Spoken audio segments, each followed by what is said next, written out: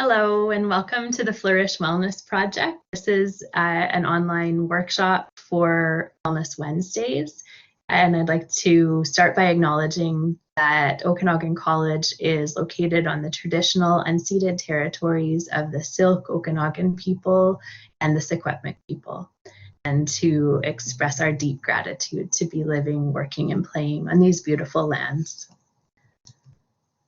My name is Sarah Lefebure. I'm counselor on the Penticton campus, and we have here Samantha Johnson, counselor for Salmon Arm and Vernon.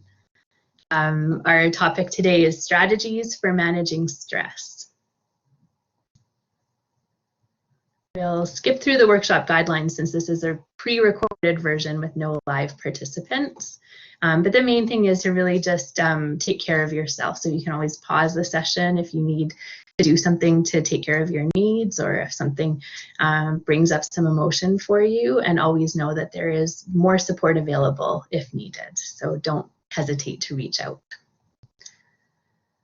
Give you a brief idea of our plan for this session. So we'll start with a short breathing exercise, as that's always a nice way to get started.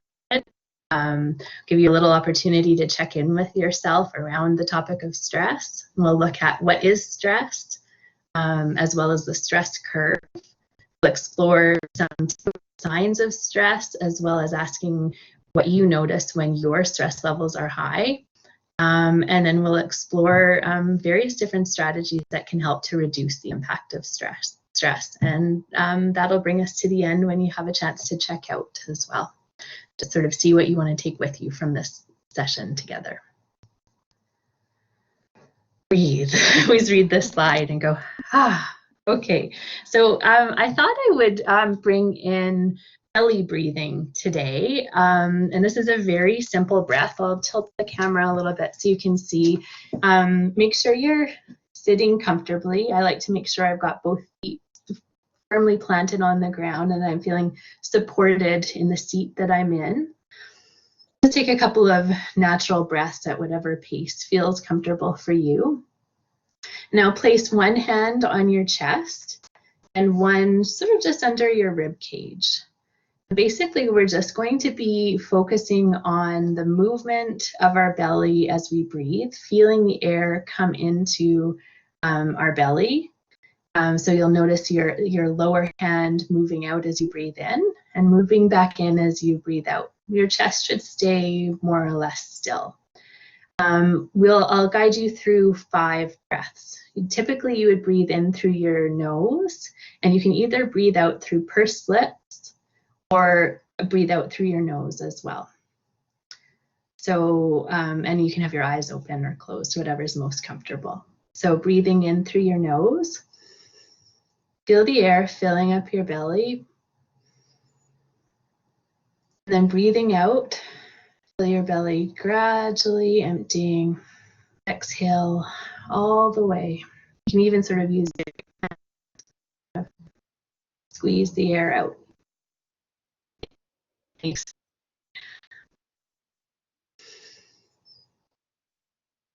Feel your hand moving out. And exhale. Your hand comes back in. That's in. Feel your belly fill up. And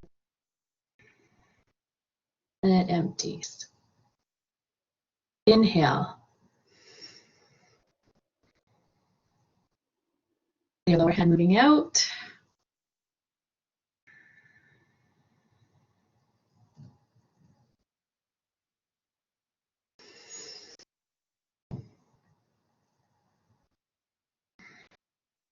And then exhale. And that brings us to the end of our short exercise. Maybe just take a moment to check in with what you notice as a result of that breathing exercise. And if it's something that you found helpful or enjoyable, you can always take that with you if you need a bit of a break during your day. Sam, is my internet connection all right? I got a message saying that it was poor. Just a couple times your voice did cut out a little bit, but I think it's okay. It sounds better now. Okay, good. Yeah, it looks like it's been resolved. Okay, so we'll move on. And this is an activity we do with the live group, but the question is, what's been a source of stress for you so far this semester? So do take a moment to just kind of check in about, what might be contributing to stress for you, whether it's related to school or work or living through a global pandemic. I think there are lots of different stressors floating around these days. And so if you're feeling stressed right now, it's really normal. So we like to take a moment to just kind of establish an understanding of what stress is. So I'll read this definition from the Centre for Addiction and Mental Health, which is located in Ontario. Stress is a normal response to situational pressures or demands and is a part of everyday life. But chronic stress can lead to mental health problems and medical issues. Stress is a normal response to situational pressures or demands. Oh, that's a repeat. Especially if they are perceived as threatening or dangerous. Stress is the result of brain chemicals called hormones surging through the body. These hormones make people sweat, breathe quicker, tense their muscles, and prepare to take action. When this happens, a person's built-in alarm system, their fight or flight response, becomes activated to protect them. I think we can all relate to that feeling of our bodies kind of coming to the ready in a stressful situation, which may not actually require real physical activation. It might be an upsetting email or finding out that a deadline is tighter than we thought it was. But those physiological stress responses happen regardless of whether it's a physical threat or a school or workplace challenge. I really like this stress curve that helps. It's from the Canadian Mental Health Association that helps to illustrate the fact that stress in itself is not a negative thing. I think it gets a really bad rap in our society. We tend to just assume if you're feeling stressed, it's negative. But if you look at the left-hand side of the curve, you can see that if we have no stress at all, stress is on the x-axis going horizontally.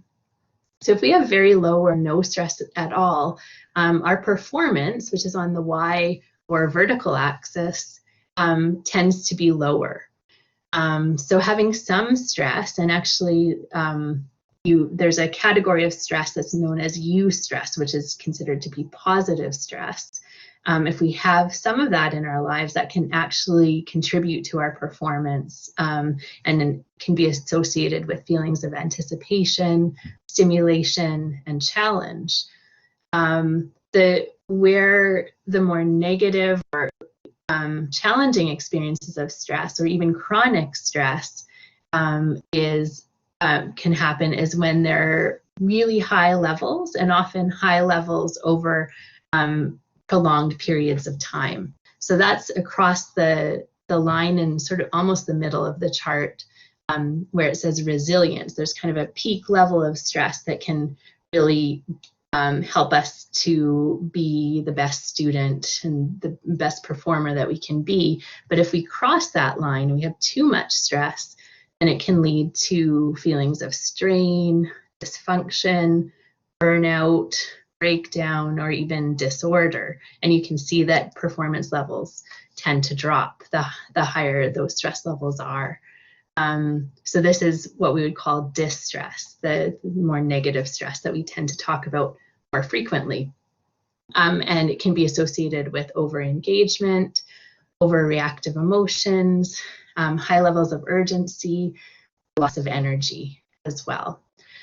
And when I look at this this chart, now it doesn't actually talk about the time relationship and the idea of stress, how, if we're having to carry stress over long periods of time. But I think we all know that as a lived experience, that if we have to tolerate a lot of stress for a long time, that can really wear on us. And it makes me think of our experience through the COVID pandemic, the fact that here we are in mid to late October, and we're 7 months into the Canadian experience of the pandemic. So I guess I just want to invite you to acknowledge how that may be playing the added stress of living through the pandemic for a number of months now, maybe playing into your personal experience of stress. And Sarah, maybe if I could just add to that quickly what you were just saying, because I do think that sometimes there's that expectation that we should be better at managing stress because it's been going on for so long. So why aren't I good at it now, right? Like you said that 7 or 8 months. And I was reading this really interesting article, and it talked about this in terms of the idea of a surge capacity. And that like under stressful situations, that survival mode really kicks in and helps us both mentally and physically. But the reality is that this pandemic is long term, and generally we deal with shorter term stressors. And so we really haven't had that opportunity to kind of relax and like restore some of those coping mechanisms that we usually use in other times of stress. So I thought it was quite interesting, that idea of surge capacity, and to just really normalize the fact that of course we may be feeling exhausted, of course we may be burnt out. Like that really kind of made sense to me. So I just wanted to absolutely. Yeah. Thanks for sharing that. That really resonates with me too, Sam.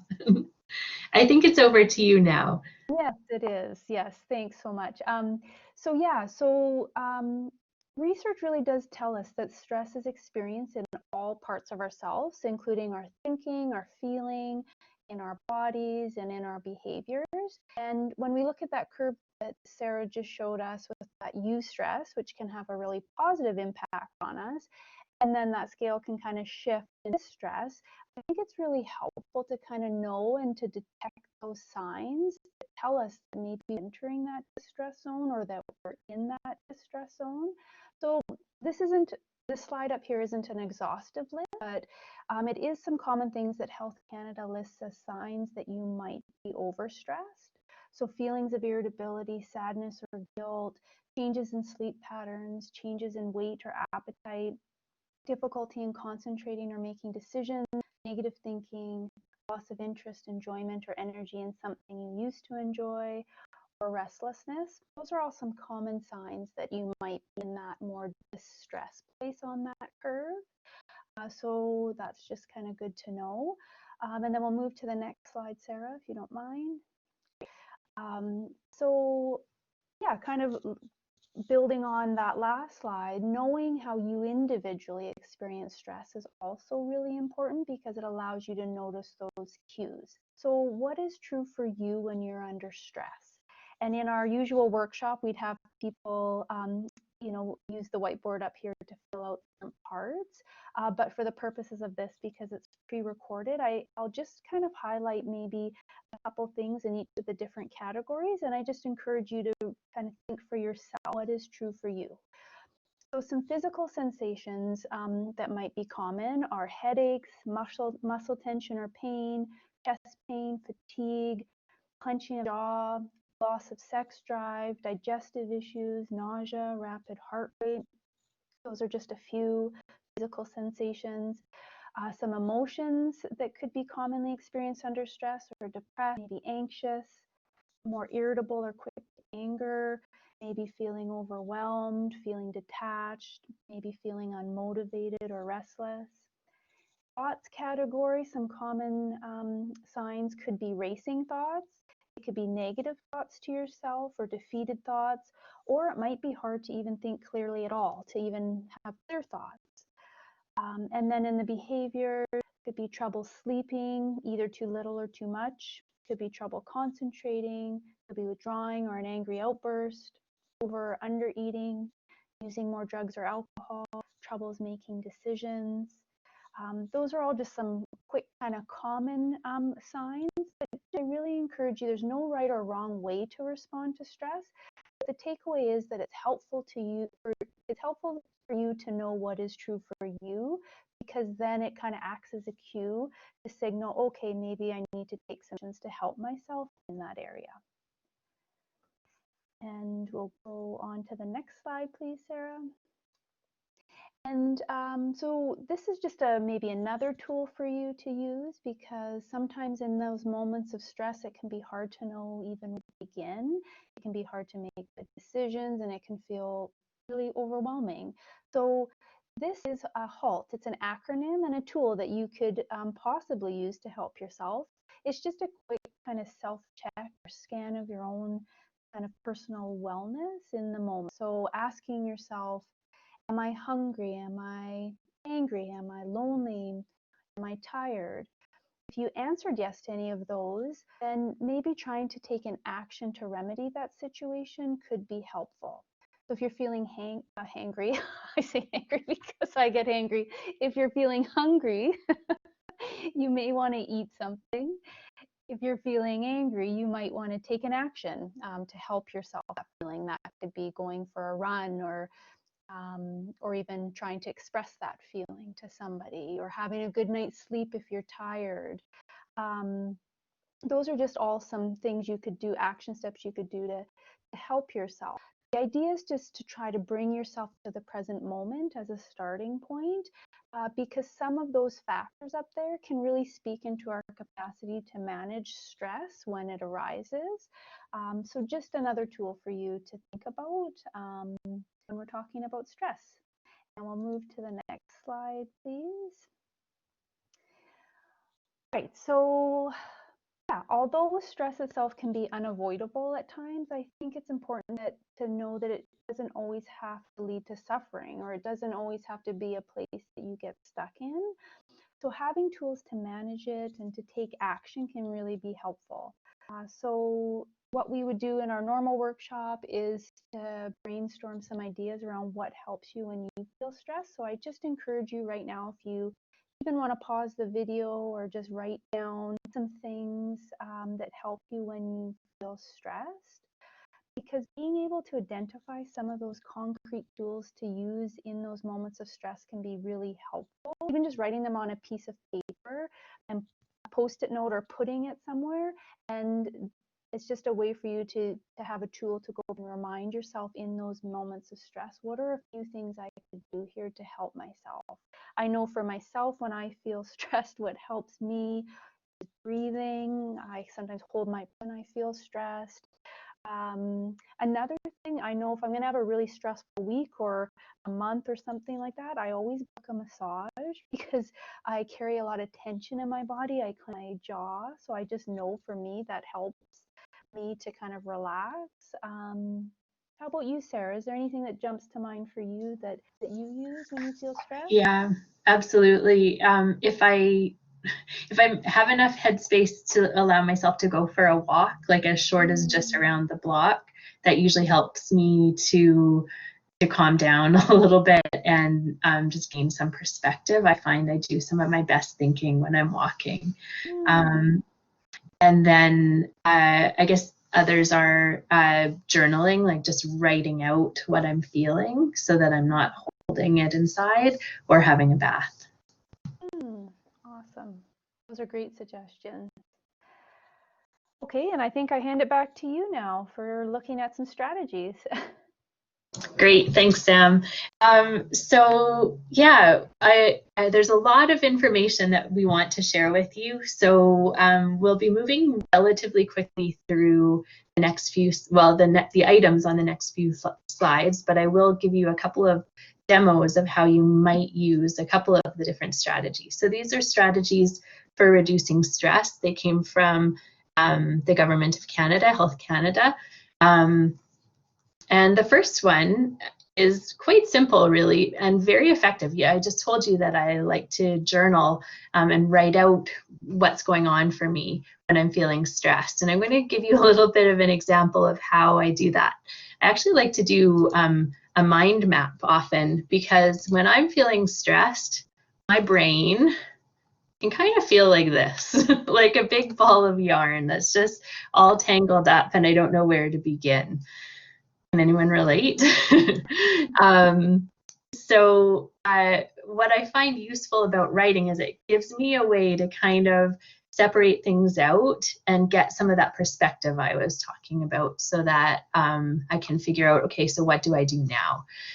So I'm going to imagine and invite you to imagine along with me that I'm back doing my studies to become a counselor. This was in 2000, well, let's say before 2010, for those of you who are keeping track. And stress was a very common experience in those times. So sometimes if I just felt that tangled up feeling, I would just pull out a pen and paper and then write out something like this in the middle of the page. And then I would mind map it. Some of you may be familiar with mind maps, but if you're not, basically it's just sort of a brainstorming tool. So then I would sort of think to myself, okay, what are the elements that are causing me stress right now? And maybe it was midterms coming up, too many. And then maybe paper due on Friday, and haven't arranged to meet or met with my group about our presentation.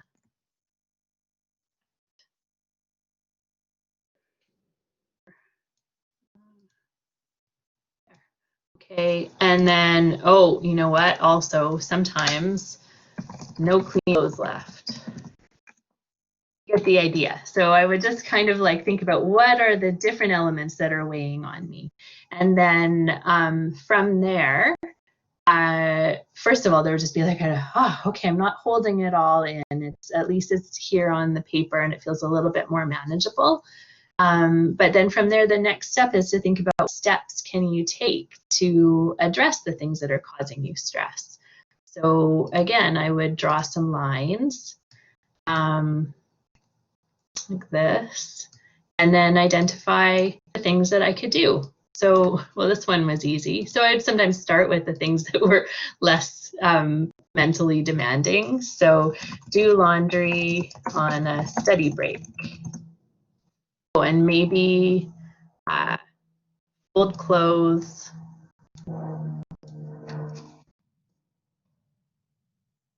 while listening to recorded lecture.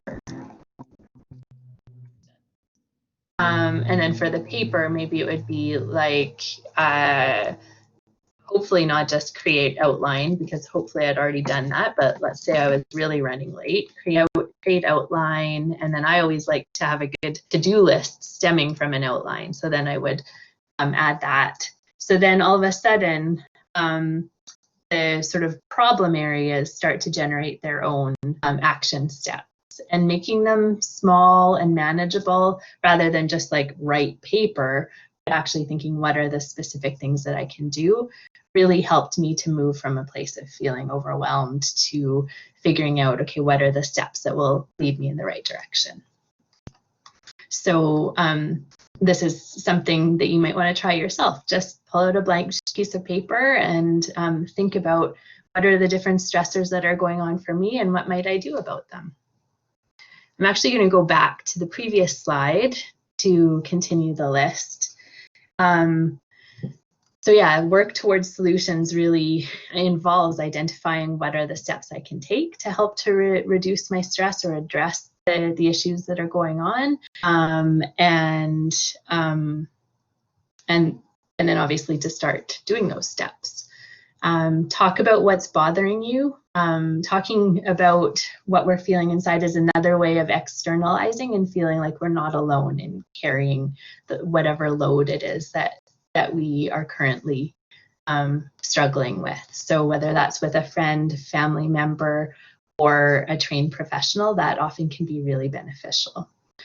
Learn about stress management, they say, and I personally have found that participating in yoga or other calming activities like Tai Chi or Pilates that have kind of a focus on the body can be a really great way to learn about how we feel stress in our bodies and how to bring about a relaxation response. There are lots of self-help resources available, and counseling can be another way to learn about tools for managing stress. Reducing physical tension is a really good tool for helping to reduce stress. Many studies have shown that exercise and physical activity produces endorphins, which are chemicals in the brain that act as natural painkillers and also improve the ability to sleep, which can reduce stress.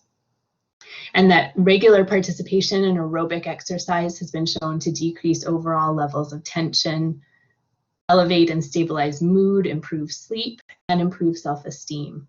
Even 5 minutes of aerobic exercise can stimulate anti-anxiety effects, and that could be as moderate as just a mild walk around the block, like I was describing earlier. So we can sometimes think, oh, exercise means I have to go for a 10-kilometer run, but really no, like even just 5 minutes of getting your heart rate up, even just a little bit, can be very beneficial. Dancing is another great way to get cardio and bring some fun to your day. You could also try a tense and release exercise, progressive relaxation. This is really simple to do. I actually can lead you through a little exercise of this right now. So just imagine, feel your feet and your lower limbs, your legs, and just for a minute, just try and tense them up as much as you can. So tense your toes, your feet, your legs, and then release. Notice what it feels when you release. And now tense your stomach and your chest. And then release. And notice if there's some relaxation that comes when you release. And now with your arms, hands, arms, shoulders, and neck, tense, tense, tense. Release. Now this is going to be fun. You can do it with your face too. So tense up all the muscles in your face and then relax. And just take a moment. And the most important part of that exercise, which was very brief, you could certainly do it for longer by isolating particular body parts. But the most important part is just to notice what it feels like to relax, that experience of physically letting go of tension. Other strategies for reducing stress include taking your mind off your troubles, at least for a while. So letting yourself sometimes set aside the heavy things that you're carrying and just seek out some joy and comfort and fun, and to always be gentle with yourself. I think Sam and I talk about this a lot, about self-compassion and just knowing that there's nothing wrong with you if you're experiencing stress. It's a normal part of life, and just very gently, rather than thinking, oh, I shouldn't feel this way, just recognizing this is really human and there are things I can do to take care of myself. So I'm going to move on. Oh, there's that blank slide. Oh, and just a little nod to the fact that on the Counseling Services website, we do have a few apps. Well, we have a resources for student page that has all sorts of self-help tools. And under, I think it's guided mindfulness and wellness apps, that category, you'll find some great apps that can help you to learn more about managing stress. So there's Mindshift, CBT, Thinkful, and a variety of meditation and mindfulness apps that you may want to check out. A few more strategies for reducing stress. I think of these as being a little bit more preventive. They might be practices that you just want to build into your life, even if stress levels aren't particularly high, but just to, as a matter of taking good care of yourself. So remembering to unplug from time to time, I think, is more important than ever. And I'm saying this as much to myself as to the rest of you. It's hard, but don't let the technologies that help you do your work get in the way of your leisure time. Consider turning off devices when you're with family or friends, or even if you just want some quality time by yourself. Be realistic. Remember that everyone has good days and bad days. Reward yourself when you finish a difficult task. Celebrate. So that's about like taking in the good and recognizing that, most things that we do in life it's not just like a simple one-step process, but every time you do accomplish something, you can acknowledge, hey, that went well. I did that, and it feels good to be moving on. And schedule in some time for fun. So if you spend every second of your day getting things done, you may resent never having time for yourself. And spoiler alert, I think if you make a bit more time for yourself, you'll likely be more productive when you are focusing on your work. Any comments about that, Sam, before we move on? Sorry, just unmuting myself there. No, I love those because I think they're all really practical. Those last 4, I think, are really good reminders. Great, thank you. And this is actually a fairly late addition to this workshop, but really important. So this weekend, Sam sent me a podcast that she had listened to. It's Brené Brown's Unlocking Us, which I think we're both fans of. And Brené was interviewing Emily and Amelia Nagoski, who are both doctors in different fields and twin sisters and authors of Burnout, The Secret to Unlocking the Stress Cycle. I'm just going to read you a quote here that helps to explain why we think this is an important piece to bring forward. So, the stress itself will kill you faster than the stressor will unless you do something to complete the stress response cycle. I guess I want to pause here to just highlight that what they're really saying is that there's when we think about stress, we shouldn't just think about what is causing the stress, like the midterm or the piles of laundry or COVID. But so those are the stressors in our lives. But then there's also the physiological stress response cycle that happens for all of us. And so I'll go back to the quote. While you're managing the day's stressors, your body is managing the day's stress. It's absolutely essential to your well-being that you give your body the resources it needs to complete the stress response cycles that have been activated. And in the book, and I imagine in the podcast as well, they talk about the fact that if we don't complete the stress response cycles, then they kind of build up. And I think if we go back to that stress curve, they can kind of pile up and contribute to those negative experiences associated with high levels of stress over time. And just to quickly add to that, Sarah, what really stood out to me in that podcast was the idea that a lot of what we've been taught to believe is that if we fix that problem, the problem that caused the stress or the emotion, then we've dealt with that. And that's kind of just like kind of what you said, but that there's a real disconnect there. They're really 2 separate issues. And that we need to deal with them differently. That really stood out to me. Yeah, absolutely. Good point, Sam. And the Nagoski sisters go on to list 7 really concrete ways and simple ways, I think, to complete the stress cycle. So some of them will mirror what we've talked about already, and some I think are kind of new offerings as well. So physical activity, like we were talking about, that's literally any movement of your body. Gentle yoga, hardcore mountain bike ride, dancing, all of that can help to move the stress in your body. Breathing, as we've discussed, deep, slow breaths downregulate the stress response, especially when the exhalation is long and slow. Positive social interaction, which admittedly is a bit harder these days, but thinking about how we can build that in can be really helpful. Laughter.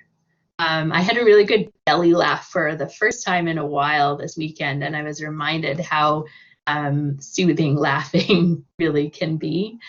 Affection, and that could be both just verbal expressions of care from someone that we love and trust, or a physical affection. Therapist Suzanne Descenza calls it hugging until relaxed, that feeling of like, a big old cry, as they put it, is another way to complete a stress cycle. Anyone who says crying doesn't solve anything doesn't know the difference between dealing with stress and dealing with the situation that causes the stress. So again, just letting the stress move. And then creative expression. arts of all kinds give us the chance to celebrate and move through big emotions. So this is a very quick little intro into it, but I invite you to reflect on whether you sometimes use these different ways or if you'd like to at certain times. We'll just move on. And to come towards the end of the session, in the interest of time, we won't actually do this exercise together, but I really do want to highlight that it really seems that breathing is perhaps the most important and also accessible tool that we have for managing stress. And this breath exercise of inhale for 4, hold for 7, and exhale for 8 has been, because it has a long exhale, has been shown to really be effective in reducing stress levels and improving mood. So you could repeat 3 to 10 times or until you notice yourself feeling calmer. And that brings us to the end of the workshop. So maybe just take a moment. Thank you for being with us and for thinking about how you can address stress in your life. And maybe take a moment to think about what it is that you'll take with you from spending your time exploring this topic. Do you have anything you'd like to say, Sam, before we wrap up? Just to thank everybody for tuning into this and on a topic that's, I think, just really normal. It's such a normal experience to feel stress. And I hope that there's some takeaways for you today on strategies, on how to manage it. The podcast is great. The apps that Sarah suggested on the website, all really good resources.